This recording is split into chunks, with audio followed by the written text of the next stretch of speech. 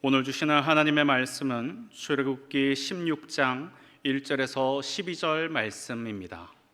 구약 106면에 있습니다. 출애굽기 16장 1절에서 12절 말씀을 한 절씩 교독하겠습니다. 이스라엘 자손의 온 회중이 엘림에서 떠나 엘림과 시내산 사이에 있는 신광야에 이르니 애굽에서 나온 후 둘째 달 15일이라.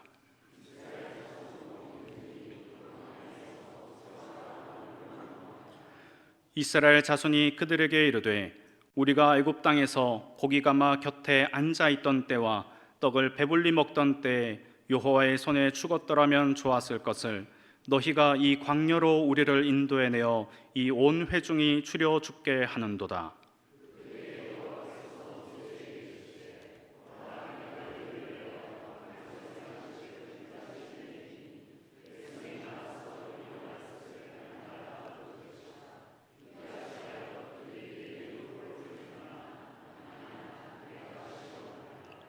여섯째 날에는 그들이 그 거둔 것을 준비할지니 날마다 거두던 것에 갑절이 되리라.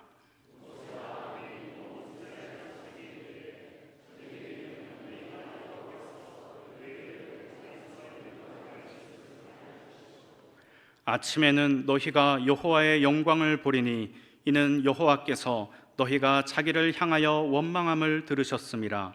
우리가 누구이기에 너희가 우리에게 대하여 원망하느냐?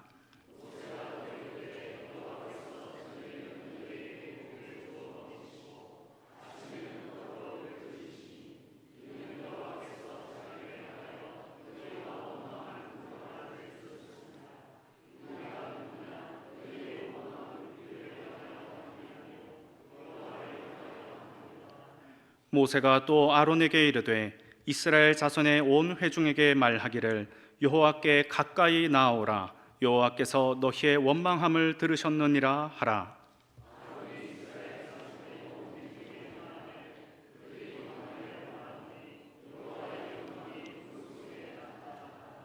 여호와께서 모세에게 말씀하여 이르시되 내가 이스라엘 자손의 원망함을 들었노라. 그들에게 말하여 이르기를 너희가 해질 때에는 고기를 먹고 아침에는 떡으로 배부르리니 내가 여호와 너희의 하나님인 줄 알리라 하라 하시니라. 아멘. 좌우에 계신 분들에게 우리 인사하겠습니다. 사랑합니다. 축복합니다.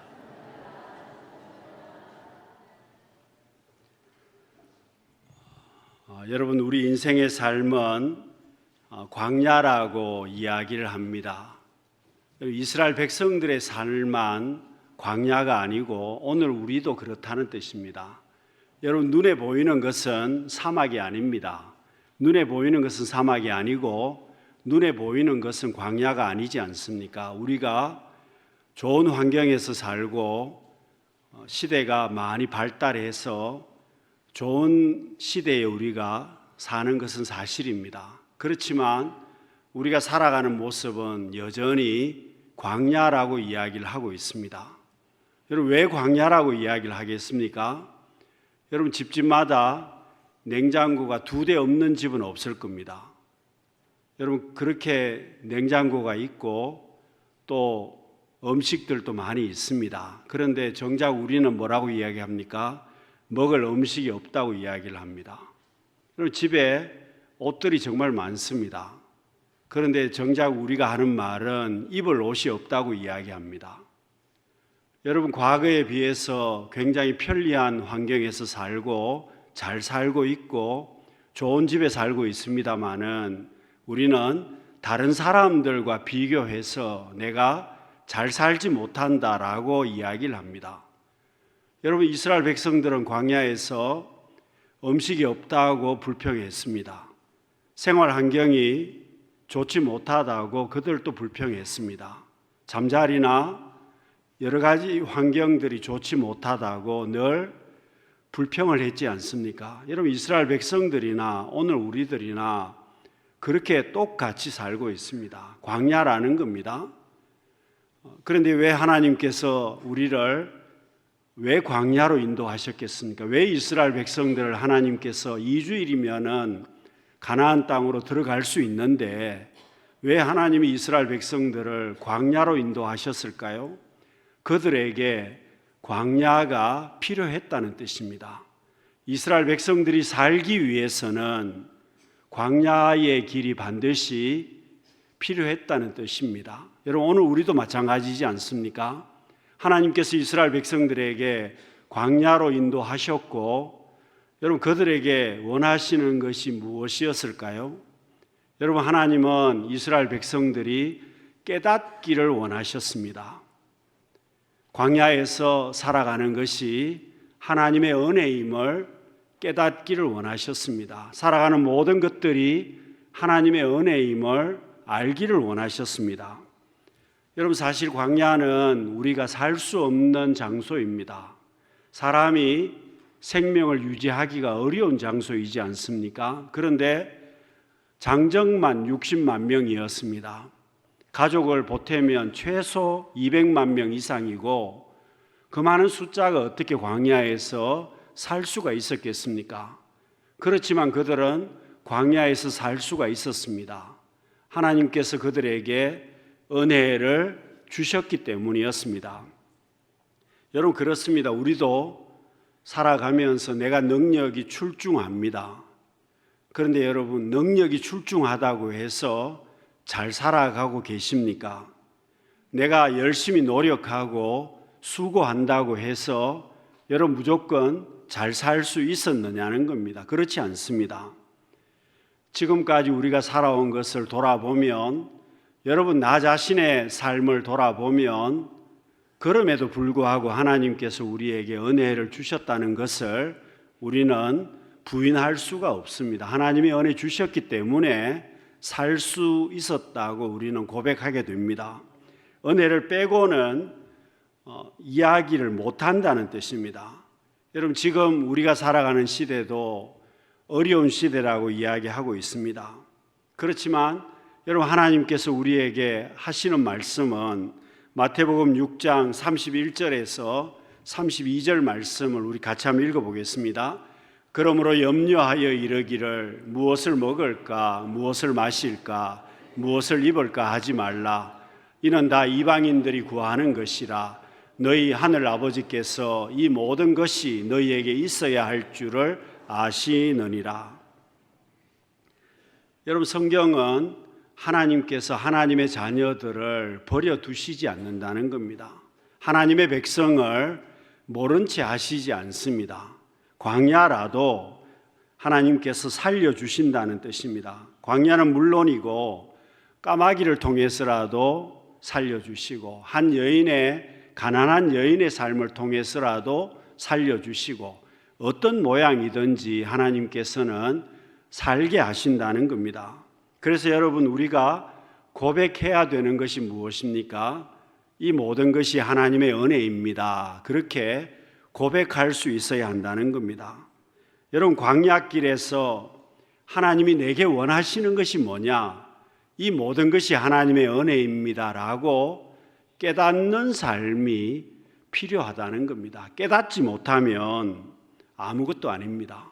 왜 광야로 보내셨습니까? 깨닫게 하시려고 보내셨다는 겁니다. 여러분, 이스라엘 백성들이 광야 40년을 살면서 원망하고 참 불평도 많이 했습니다. 그러면서 그들이 배운 것은 무엇입니까? 하나님만이 내 인생의 주인이시라는 겁니다. 하나님이 만나를 주시지 않으면 오늘 굶어야 한다는 뜻입니다. 하나님께서 메추라기를 주시지 않으면 고기를 먹을 수가 없습니다. 여러분, 하나님께서 주시지 않으면 먹을 수 없고 내가 다 되는 것 같은데 하나님이 은혜를 주시지 않으면 안 된다는 것을 광야에서 이들은 배우게 되었습니다. 여러분, 오늘 우리도 똑같습니다. 하나님께서 내게 은혜를 주셔서 우리가 살고 있다는 것을 깨달아야 우리는 복 있는 삶을 살 수 있습니다. 사랑하는 성도 여러분, 우리의 걸어가는 삶을 통해서 내가 하나님을 만나고 하나님과 동행하고 하나님의 은혜를 깨닫고 살아갈 수 있는 우리 모두가 될 수 있기를 바랍니다. 여러분, 광야의 삶이 결국 은혜가 되려면 주님 바라보고 우리는 살아야만 합니다. 광야에서 어떻게 살겠습니까? 주님 바라보고 살아야 살 수 있습니다. 여러분, 사람들은 각기 자기 생각대로 살아갑니다. 그래서 어떤 사람은 우리 인생을 나그네라고 이야기하고 나그네 삶을 산다고 생각합니다. 어떤 사람은 우리 인생을 언덕이라고 이야기합니다. 언덕처럼 올라갈 때가 있으면 내려갈 때도 있다. 그렇게 살아갑니다. 어떤 사람은 돈이 최고라고 해서 돈을 중심에서 살아가시는 분들도 있습니다. 어떤 분들은요, 죽으면 끝이라고 생각하고 쾌락을 즐기면서 살아야 한다고 주장하시는 분들도 있습니다. 그래서 나는 즐기면서 살겠다, 그렇게 말씀하시는 분들도 있습니다. 여러분, 어떤 분들은 경주라고 이야기합니다. 우리 인생은 경주와도 같으니 속도라고 생각하면서 무조건 경쟁해서 이기면서 살아가려고 애를 쓰시는 분들도 많습니다. 여러분, 그런데 우리는 어떻게 살아야 되겠습니까? 우리는 주님 바라보고 살아야 될 사람입니다. 여러분, 광야 인생길에서 내 마음의 초점이 어디로 가 있습니까? 무엇을 보고 살아가십니까? 우리는 독생자 예수 그리스도를 바라보아야만 합니다. 그 주님이 나를 구원하시고 그 주님께서 나를 살려주셨기 때문에 우리는 천국 백성으로 살고 있습니다. 광야길이지만 우리는 주님 바라보고 살아야 될 사람들이 오늘 우리들입니다. 여러분, 주님 바라보고 사는 게 왜 중요하겠습니까? 그래야 광야에서 살 수 있습니다. 여러분, 세상 붙들고 살면 나중에는 후회할 수밖에 없습니다. 그러나 주님 붙들고 살면 광야에서라도 우리는 살 수 있다는 뜻입니다. 여러분, 광야는 아무것도 없습니다. 여러분, 깜깜한 인생이라고 말할 수 있습니다. 그런데 여러분, 그 깜깜한 인생 속에서 앞이 보이지 않는 흑암 같은 인생 속에서 답이 없는 인생길을 우리가 살아가면서도 주님 바라보는 사람은 살 수 있습니다. 왜 그렇습니까? 여러분, 수리부엉이는 밤중에 사냥을 합니다. 밤중에 사냥을 하고 밤에 잘 보이는 눈을 가지고 있습니다. 여러분, 밤에 모든 사물을 정확하게 볼 수 있고 밤중에 동물들을 사냥할 수 있는 힘이 있습니다. 그래서 여러분, 그 부엉이는 밤에도 잘 볼 수 있고 자기가 살 수 있다는 뜻입니다. 여러분, 우리 인생길도 똑같습니다. 깜깜한 밤이라고 하더라도 하나님께서 은혜를 주시는 사람, 주님 바라보고 살아가는 사람은 지혜를 얻을 수가 있고 하나님께서 그 길을 열어주신다는 겁니다. 대낮같이 볼 수 있도록 하나님께서 길을 여신다는 뜻입니다. 여러분, 출애굽기 16장 12절 말씀, 오늘 본문의 말씀을 보시면은요, 너희가 해질 때에는 고기를 먹고 아침에는 떡으로 배부르리니 내가 여호와 너희 하나님인 줄을 알리라 하라 하시니라. 여러분, 광야라고 하더라도 하나님께서 주님 바라보고 사는 사람은, 하나님 바라보고 살아가는 사람은 하나님께서 만나로 먹여주시고 메추라기로 먹여주신다는 것을 말하고 있습니다. 사랑하는 성도 여러분, 우리가 주님 바라보심을 통해서 깜깜한 광야라고 하더라도 날마다 하나님이 주시는 힘을 통해서 승리할 수 있는 우리 성도님들이 다 되시기를 바랍니다. 여러분, 우리가 광야가 결국 은혜가 되는 것은 우리가 말씀 붙들고 살기 때문에 그렇습니다. 광야에서도 우리는 말씀 붙들고 살아갑니다. 그러니 그 광야가 은혜가 된다는 뜻입니다.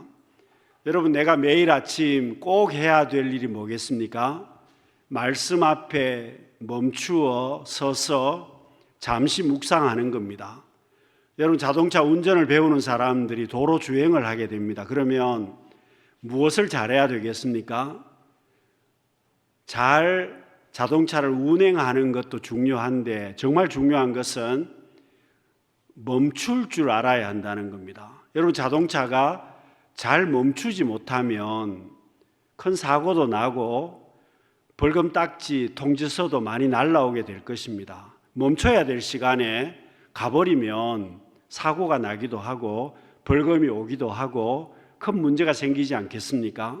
여러분, 우리가 광야길이지만 말씀 앞에 멈추어 서서 살아가면, 그 말씀을 붙들고 산다면 우리는 아무런 문제 없이 살 수 있습니다.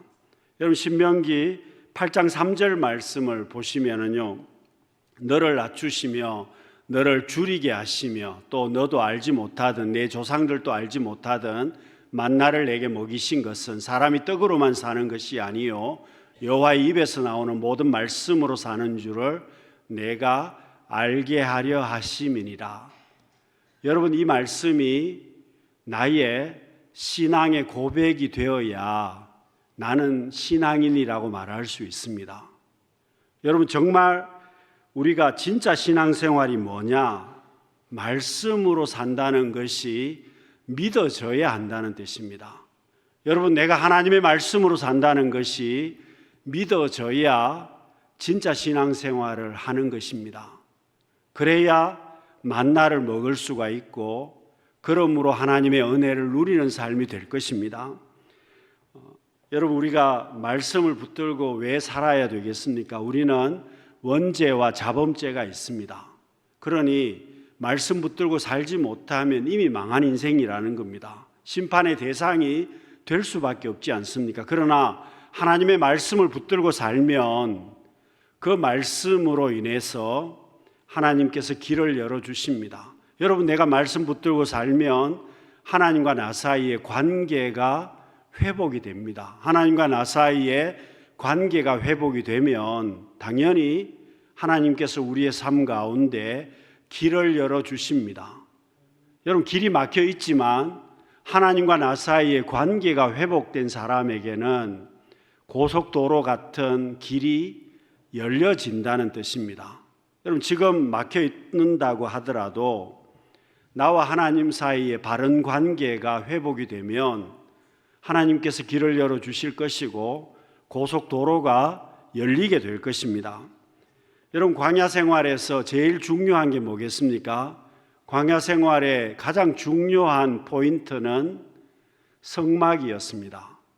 여러분, 이스라엘 백성들에게 광야에서 제일 중요한 것은 성막이었습니다. 그리고 성막 중심으로 살았습니다. 성막 중심으로 동서남북으로 생활을 했습니다. 행진할 때도 성막 중심으로 행진을 했습니다. 여러분, 뭘 이야기하겠습니까? 하나님께서 왜 은혜를 주셨느냐? 구름 기둥도 성막 위에 구름 기둥이 떠오를 때 밤에는 그 구름 기둥으로, 낮에는 그 구름 기둥으로 시원하게 되었습니다. 밤에는 불 기둥으로 따뜻하게 해주셨습니다. 여러분, 구름 기둥과 불 기둥이 있어서 그들에게 은혜를 주셨지 않습니까? 성막 중심으로 생활할 때에 하나님께서 그들에게 은혜를 주셨다는 겁니다. 여러분, 오늘 우리가 어떻게 살아야 복 있는 삶을 살겠습니까? 당연히 우리도 하나님 중심으로 살아야 됩니다. 말씀 중심으로 살아야 한다는 겁니다. 교회 중심으로 내가 살아야 가장 복 있는 삶을 살 수 있습니다. 여러분, 믿음의 선배들은 항상 교회 중심의 신앙생활을 했던 겁니다. 바로 이유가 여기에 있습니다. 여러분, 해밍웨이의 소설 노인과 바다를 잘 알고 있습니다. 그런데 평론가들은 이 노인과 바다라는 소설이 인간의 행동주의를 가장 잘 묘사한 소설이라고 이야기를 하고 있습니다. 여러분, 해밍웨이가 이 소설을 썼는데 평론가들은 소설 속에 그 노인이 누구냐? 해밍웨이라는 겁니다. 자기 자신이라는 것이었습니다. 여러분, 사람이 가장 행동할 때에 위대한 일을 할 수 있다는 겁니다. 그래서 여러분, 한 노인이 조각배 한 척을 끌고 바다에 나갔습니다. 고기를 잡았는데 엄청난 크기의 고기를 잡았습니다. 사투를 벌려서 결국 그 고기를 잡았습니다. 그런데 고기가 너무 컸기 때문에 배 위에 고기를 실지를 못합니다. 여러분, 너무 큰 고기를 실으면 배가 전복될 수 있지 않습니까? 그래서 어부들이 선장이 고기를 너무 많이 잡아서 물고기를 배에 너무 많이 담아가지고 오다가 배가 전복되는 경우도 많다는 겁니다. 여러분, 이 노인이 고기를 할 수 없이 아가미를 꿰어서 배에다가 묶어서 고기를 끌고 왔지 않겠습니까? 그런데 피냄새를 맡고 그 고기를 먹으려고 다른 고기들이 달라들기 시작했습니다.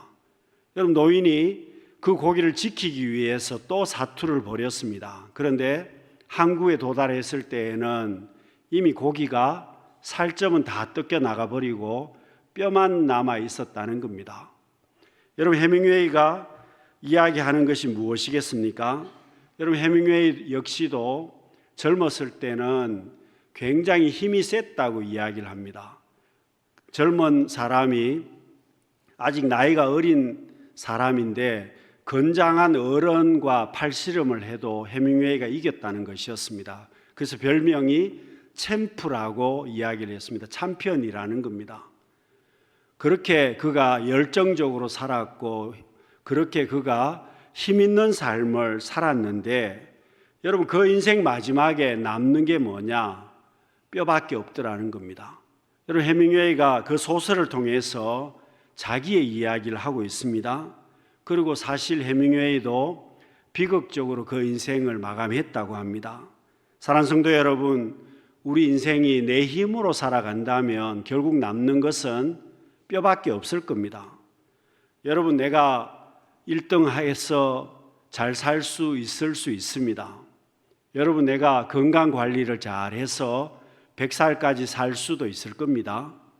여러분, 여러 가지 환경이나 조건을 내가 잘 관리를 해서 좋은 환경에서 잘 살 수도 있을 겁니다.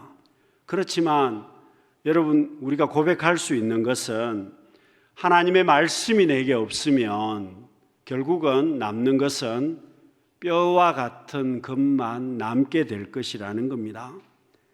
말씀이 없으면 만나도 없지 않습니까? 말씀이 없으면 은혜도 없기 때문에 그렇습니다.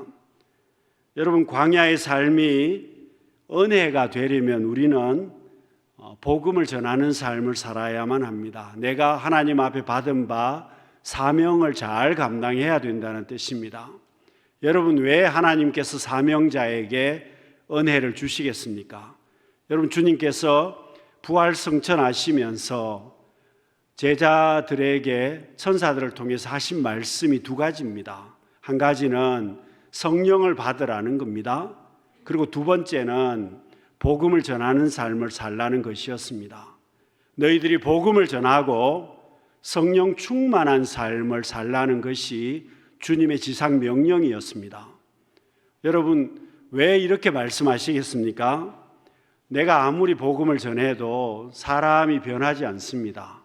내가 아무리 말을 잘해도 그 사람이 마음을 바꾸기는 참 어렵습니다. 그런데 내가 복음을 전하지만 그 마음을 바꾸시는 분은 하나님이시라는 겁니다. 그러니 나는 복음을 전하고 성령께서 은혜를 주시면 그 마음이 바뀌어진다는 것 아니겠습니까? 그래서 지금 당장 열매는 없을지라도 봄에 씨앗을 뿌리면 가을에 열매가 맺듯이 내가 하나님 앞에 복음을 전하고 그리고 그 복음이 기도 가운데 그 복음이 전해지면 때가 되면 반드시 열매로 맺혀진다는 겁니다. 그래서 여러분, 우리가 해야 될 일이 복음을 전하는 삶, 사명 감당하는 삶, 전도와 선교하는 삶을 살아가는 사람이 가장 하나님의 은혜를 누리는 삶이라는 겁니다. 당연한 것이 사명자에게 하나님께서 은혜를 주실 수밖에 없기 때문입니다. 그래서 여러분, 일하는 소에게 입에 망을 씌우지 말라고 했습니다. 복음을 전하면 전도하고 선교하는 일에 당연히 하나님께서 복을 주실 것입니다. 사랑하는 성도 여러분, 광야는 광야로 끝나지 않습니다. 광야의 마지막은 반드시 은혜입니다. 왜 그럴까요? 여러분, 광야에서 내가 할 수 있는 일은 아무것도 없습니다. 여러분, 광야에서 내가 할 수 있는 일은 하늘을 쳐다보고 기도하는 것밖에 없습니다. 여러분, 광야에서 내가 뭘 하겠습니까? 아무것도 할 수 없지 않습니까? 의지할 것도 없고 권력도 친구도 물질도 건강도 아무것도 없기 때문에 내가 할 수 있는 것은 아무것도 없습니다. 그러나 하늘을 향해서, 하나님을 향해서 기도하는 것은 할 수 있습니다.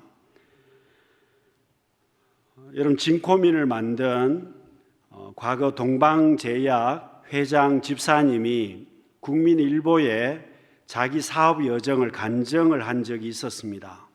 이분이 지금도 있습니다마는 진코민을 은행잎에서 추출한 혈액 개선제를 개발을 했습니다.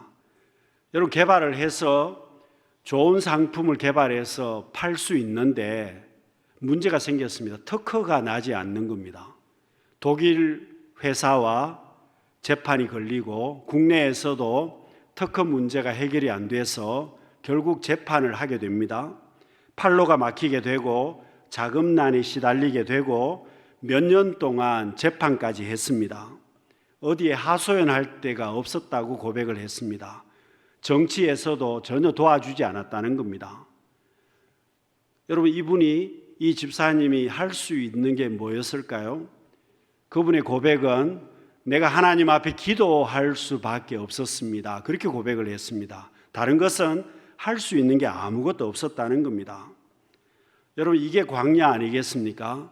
그런데 이분은 그렇게 하나님 앞에 엎드렸고 하나님께서 은혜를 주셨다는 겁니다. 특허 문제가 해결이 되고 하루에 수십억씩 이 진코민이 팔리기 시작했다는 겁니다. 사랑하는 성도 여러분, 현재 내 삶이 광야라고 생각하시는 분이 계실 겁니다. 현재 내 삶에 더 이상 답이 없다고 생각하시는 분도 계십니다. 여러분, 건강이 막혔든지 재물이 막혔든지 사업이 막혔든지 여러 가지 나는 지금 답답하게 막혀 있습니다. 그렇게 고백하시는 분들도 있습니다. 여러분, 이스라엘 백성들이 광야에서 무슨 생각했겠습니까? 그들도 우리와 똑같이 생각하지 않았겠습니까? 더 이상 답이 없다고 생각한 사람들도 많이 있었을 겁니다. 그러나 광야의 삶은 결국은 은혜가 된다는 겁니다. 시편 136편 16절 말씀을 마지막으로 같이 읽겠습니다. 그의 백성을 인도하여 광야를 통과하게 하신 이에게 감사하라. 그 인자하심이 영원함이로다. 여러분, 광야는 광야로 끝나지 않습니다. 내가 깨닫고 하나님을 바라보고 하나님의 말씀 붙들고 살아간다면 광야는 광야로 끝나는 것이 아니라 광야가 기적의 시작이 될 것입니다. 광야가 하나님의 축복의 통로가 될 것입니다. 이 은혜를 누릴 수 있는 우리 모든 성도님들이 되시기를 바랍니다. 기도하겠습니다. 사랑이 많으신 하나님 아버지, 저희들이 광야 같은 인생길을 걸어갈지라도 깨닫고 말씀 붙들고 주님 바라보고 살게 하여 주옵소서. 충성하는 저희들 되게 하여 주시고 전도하는 저희들 되게 하여 주시며 광야에서 하나님의 은혜를 누리는 우리 모두가 되게 해 주옵소서. 예수님 이름으로 기도드립니다. 아멘.